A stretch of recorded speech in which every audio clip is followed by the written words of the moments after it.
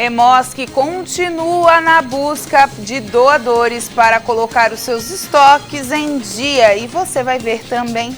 O município de Criciúma está com o Refis em andamento, esse programa que visa regularizar a vida do contribuinte financeiramente e evitar problemas com a dívida ativa do município. A gasolina com chumbo não é mais usada em nenhum país do mundo. O trabalho temporário deve gerar mais de 200 mil vagas só em setembro.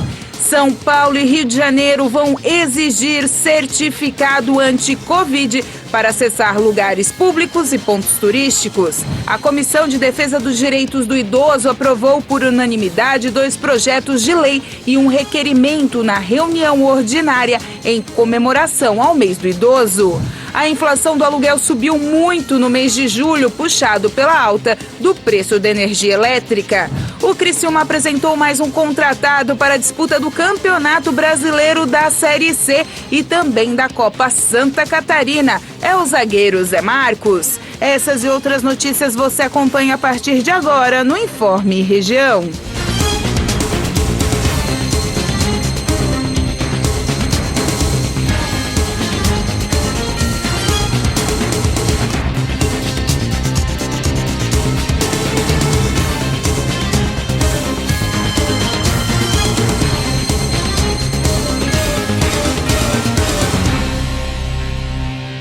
Olá, hoje terça-feira, 31 de agosto de 2021. A gasolina com chumbo não é mais usada em nenhum país do mundo. É o que informou o Programa das Nações Unidas para o Meio Ambiente. Esse tipo de substância causa de mortes prematuras até efeitos prejudiciais à saúde e contaminação dos solos.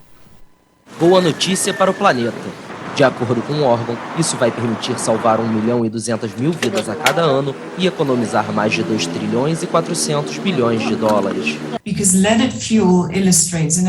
O combustível com chumbo ilustra bem certos erros que a humanidade vem cometendo em todos os níveis de nossas sociedades.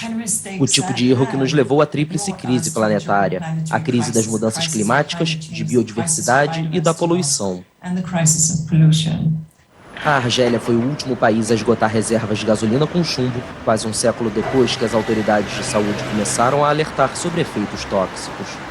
Há apenas 20 anos, a gasolina com chumbo estava presente em mais de 100 nações. Estudos científicos apontaram o combustível como causa de mortes prematuras, além de efeitos prejudiciais à saúde, poluição do ar e contaminação dos solos. O município de Criciúma está com o Refis em andamento. Este é um programa que visa regularizar a vida dos contribuintes financeiramente e evitar problemas com a dívida ativa da cidade. Vamos conversar com a fiscal da Fazenda de Criciúma, Josiane Bombazar, para saber mais sobre esse programa. Bom, para você que tem dívida aqui com o município de Criciúma, de IPTU, você pode fazer a renegociação dela através do Refis, que já está aberto no município e esse ano tem algumas mudanças. Sobre isso, eu vou falar com a Josiane Bombazar, ela que é fiscal da Receita aqui do município. Josiane, vocês então estão abertos com o Refis, já está chegando nos seus finalmente. Como é que está esse processo? As pessoas estão vindo? Como é que está a adesão esse ano? Então, esse ano tem uma novidade, foi pensado principalmente pelo prefeito para dar mais uma oportunidade para as pessoas que ainda deixaram alguma coisa remanescente de 2020 por conta da pandemia e que não aderiram ao Refis de 2020, para que possam ainda assim renegociar essa dívida, ter oportunidade de fazer em até 3 vezes, o desconto é de 50% no juro e na multa, e as pessoas têm até 30 de setembro para fazer a adesão e o pagamento da primeira parcela. Uma outra coisa é que o governo vai utilizar toda a receita arrecadada proveniente desse Refis diretamente para a saúde, para as cirurgias eletivas, para tudo aquilo que não seja especificamente utilizado pela Covid, porque muitos recursos foram destinados para isso e muita coisa ficou de fora, outros tipos de exames importantes que as pessoas precisam em outras áreas da saúde. O ano passado, o ano retrasado, na verdade, já teve essa destinação para a saúde, o ano passado se repetiu, mas como você você disse, através da situação da pandemia, muitas pessoas deixaram, até por condições financeiras, de colocar a sua vida em ordem. E esse ano, como é que está sendo esse processo? Está aberto desde o dia 19 de agosto, mas como é que as pessoas estão vindo, estão aderindo ao Refis? Então, nós precisamos muito da ajuda de vocês, da imprensa, porque as pessoas, muitas ainda não sabem que tem essa oportunidade. Vai ser por um prazo muito curto, não vai ser até o final do ano, como muitas outras vezes ocorreu. Então, a gente tem tido recebimento de várias pessoas que souberam pela imprensa, por tudo mais, mas também não foi gasto um dinheiro, uma campanha específica para a divulgação disso. Então, por isso, é importante as pessoas se atentarem ao prazo. E como elas fazem? Às vezes nem sabem como é que está a situação da dívida, não tem acesso à internet. Como é que faz para fazer esse procedimento de renegociação? Impreterivelmente, a pessoa tem que vir ao balcão de arrecadação, porque tem que ser assinado um termo próprio, não dá para fazer pela internet, não dá para pegar os documentos e os boletos. Uma das coisas é que, às vezes, as pessoas não sabem, mas elas já podem estar com um protesto das dívidas anteriores, principalmente anterior a 2020 ou até 2020, dependendo do valor, se for um valor alto, e também para evitar de essas dívidas irem a protesto e terem mais ônus com custas de cartório e tudo mais. Então, é importante vir aqui e sempre dar uma verificada. Às vezes ficou conta de água, de taxa de coleta de lixo que vinha na água até 2019, alguma coisa pendente, é sempre importante verificar. Dá para consultar na internet, através do site da prefeitura, mas não dá para renegociar pela internet. Exatamente, através do CPF ou do CNPJ ou do cadastro do imóvel, a pessoa pode consultar se tem ou não tem débito, mas essa negociação e a obtenção do desconto é somente através do balcão de arrecadação fisicamente, presencialmente. Quem tem alguém que está acamado devido, a gente sabe, nessa situação da Covid, debilitou algumas pessoas, tem aquele imóvel no nome de um pai, de uma mãe que não está mais presente, que acabou falecendo, tem como resolver também? Sim, tem sim. Nós aceitamos os filhos que já tem na própria carteira de identidade os nomes dos pais, a esposa que vem aqui, nós facilitamos bastante nesse sentido. Apenas as pessoas jurídicas, não pode vir qualquer pessoa, tem que ter alguém com algum tipo de poder especial, mas também se não tem, nós damos uma declaração específica simples, que não precisa ser reconhecida assinatura nem nada, que vai e traz o documento dessa pessoa que é a responsável pela empresa e que autoriza essa pessoa que veio até aqui, um financeiro, contador ou qualquer outra pessoa com poderes para isso, e legitima ela a fazer essa negociação da dívida. Tem valor mínimo para parcelar? Como é que está sendo essas parcelas? R$135 é o valor mínimo, porque isso já está estabelecido através do Código Tributário, que é uma UFM, Unidade Fiscal Municipal.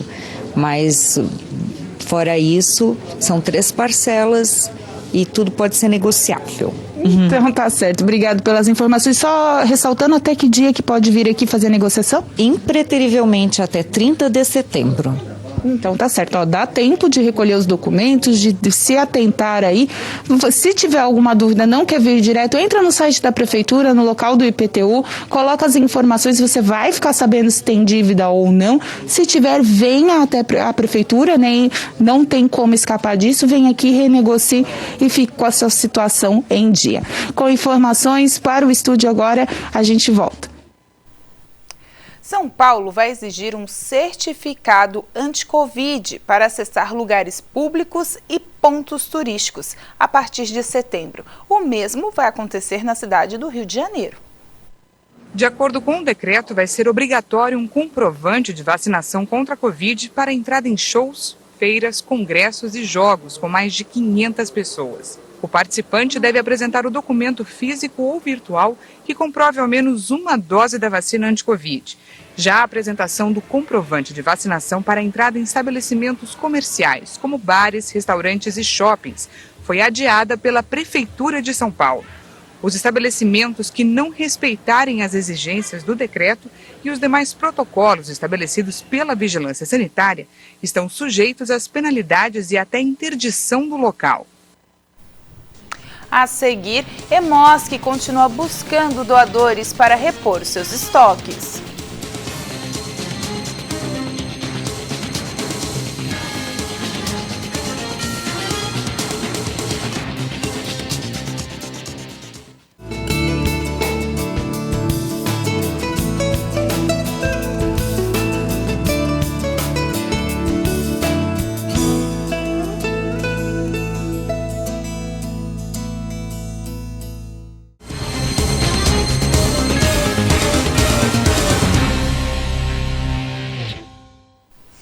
trabalho temporário deve gerar mais de 220 mil vagas em setembro. A estimativa é que esse aumento seja de 20% de novas oportunidades. Os setores da indústria, serviços e varejo devem abrir mais de 225 mil vagas temporárias em setembro. A retomada da economia acontece com o avanço da vacinação e a redução nos casos e mortes por complicações da Covid-19.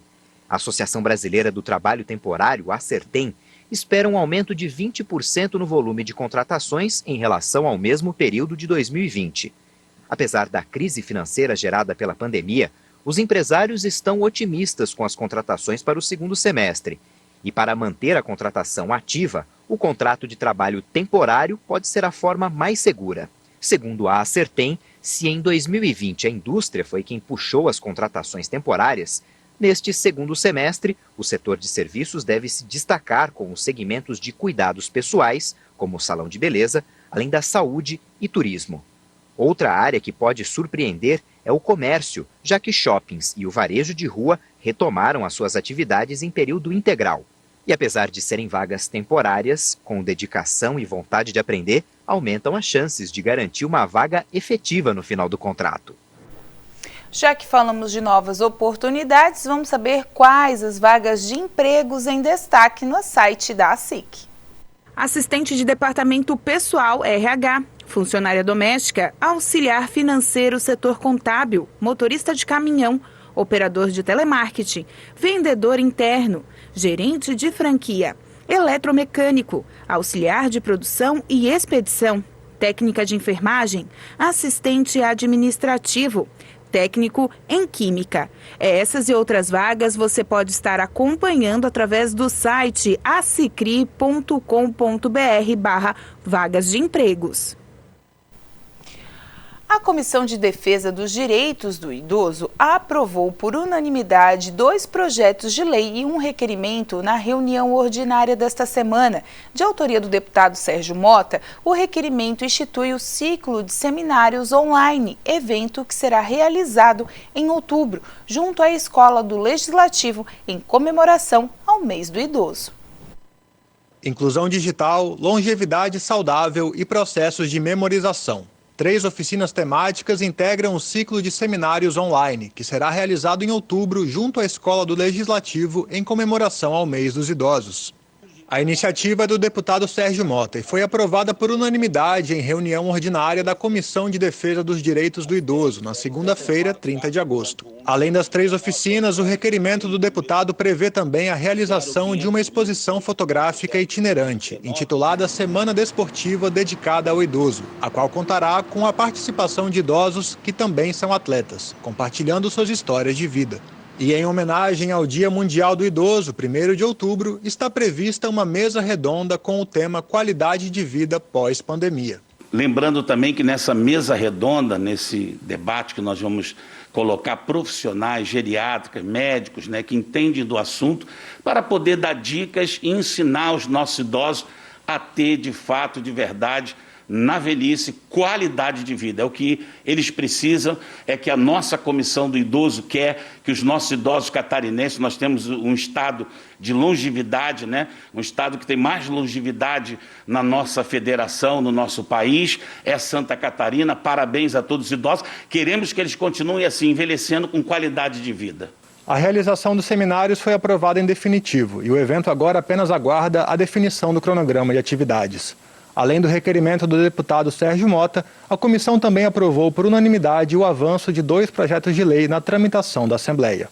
De autoria do deputado licenciado Luiz Fernando Vampiro, o PL 94.1 visa proibir ofertas e contratações de empréstimo ou financiamento por meio de ligações telefônicas para aposentados e pensionistas. Já o PL 522 é de autoria do deputado Kennedy Nunes e tem como objetivo incluir o Junho Violeta no calendário oficial de eventos de Santa Catarina como mês de conscientização e prevenção contra a violência à pessoa idosa. Os 2 projetos de lei seguem agora para a votação em plenário. Uma nova espécie de rã ameaçada de extinção é redescoberta. Ela é a maior rã aquática do mundo. Ameaçado de extinção, o animal é uma espécie típica da América do Sul e foi exibido pela primeira vez no zoológico de Chester, no norte da Inglaterra. A rã do lago Titicaca, batizada em homenagem ao lago onde vive na fronteira da Bolívia com o Peru, é a maior rã aquática do mundo. 20 desses raros anfíbios agora recebem os cuidados de especialistas que estudam seu comportamento. O objetivo é obter novas percepções como parte dos últimos esforços de conservação da espécie. O zoológico foi o primeiro na Europa a dar um lar para o anfíbio. Agora a instituição vai enviar 130 rãs para 13 outros zoológicos em todo o continente europeu. O EMOSC continua sua campanha para buscar novos e resgatar seus doadores mais antigos. Eu fui saber um pouco mais sobre esse assunto. O EMOSC ainda continua com a sua ação para buscar aqueles doadores que, porventura, deixaram de vir fazer a sua boa ação desde o ano de 2008. Sobre isso, a gente vai falar com o Rafael Luiz da Silva, ele que é o coordenador da divisão técnica aqui do EMOSC de Criciúma. Rafael, então é isso, né? Vocês estão mandando e-mail, estão entrando em contato via WhatsApp, estão realmente buscando esses doadores que deixaram de comparecer ao EMOSC. Exatamente. Estamos começando agora, né, no período de agosto, esse projeto, ao qual nós buscamos, então, resgatar esses doadores que fizeram uma doação já há muitos anos, então, no período de 10 anos, de 2008 a 2018, e não retornaram a fazer novas doações. Então, a intenção é incentivar essas pessoas, né, ou aquelas pessoas até que de repente não possam estar doando, mas que incentivem dentro das suas famílias, dos seus grupos, para que assim a gente, né, consiga resgatá-los e aumentar o número de doadores, que no momento é bastante importante. A gente sabe, né, que devido à pandemia muita gente parou de doar, ou porque contraiu o Covid, ou porque realmente ficou com medo de vir fazer a doação, mas é um ambiente totalmente seguro e mesmo quem já está vacinado pode doar, né? Exatamente. A gente entende também, né, que a população ela tem adoecido, tem alguns receios também quanto, né, à questão de aglomerações, mas a gente acredita que agora, com a vacinação em massa da população, né, principalmente agora dos adultos jovens, a gente está estimulando a doação, né, estamos com alguns projetos aqui na Prefeitura de Criciúma e também de Tubarão, para esse estímulo, realmente, né, aquela pessoa que tinha medo porque não estava imunizada, agora imunizada ela pode voltar a doar sangue. Existe somente um período, né, de 2 a 7 dias, dependendo do tipo de imunizante, né, se for a Coronavac são 2 dias sem poder doar, depois a partir do 3º dia ela já pode voltar a doar. E das demais outras 3 vacinas são 7 dias sem poder doar.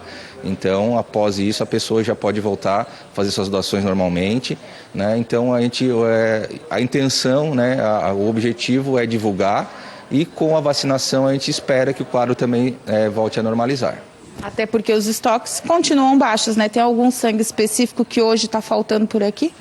Sim, desde julho nós estamos com as doações bastante reduzidas, né?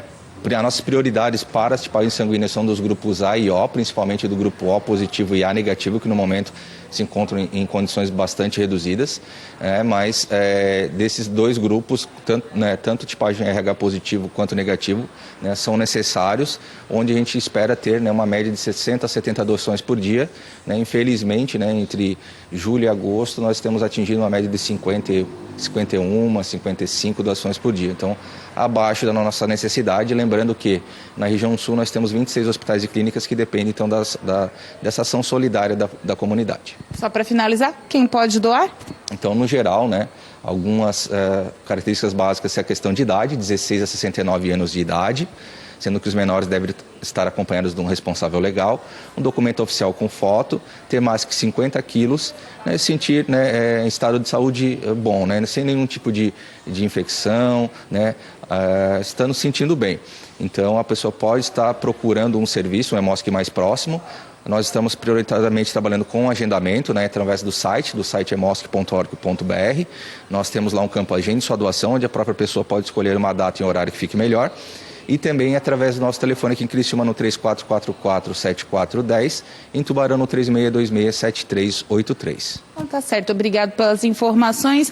Então seja solidário, se você porventura aí quer fazer a sua doação, agende, venha, é um local seguro, é um ambiente seguro, venha bem alimentado, mas também depois tem um lanchinho bem gostoso aqui e todo o carinho e o amor do pessoal do EMOSC, vale muito a pena ser doador. Voltamos ao estúdio. A inflação do aluguel subiu muito no mês de julho, puxado pela alta do preço da energia elétrica.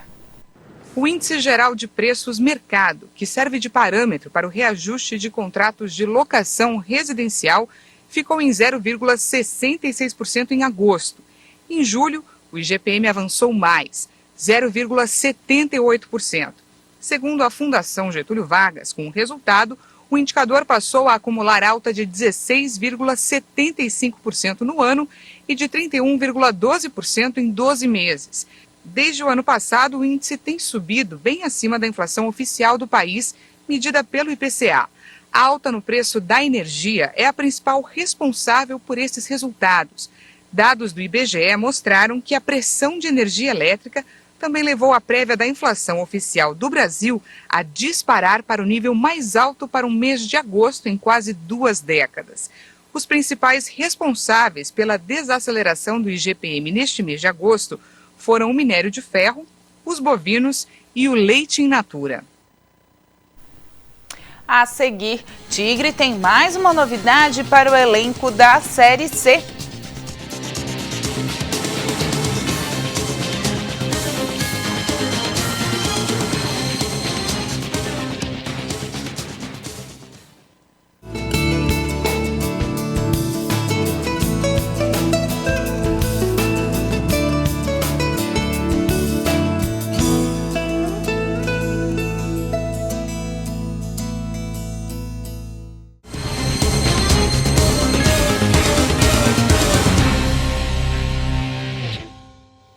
O Criciúma apresentou mais um contratado para a disputa do Campeonato Brasileiro da Série C e também da Copa Santa Catarina. É o zagueiro Zé Marcos.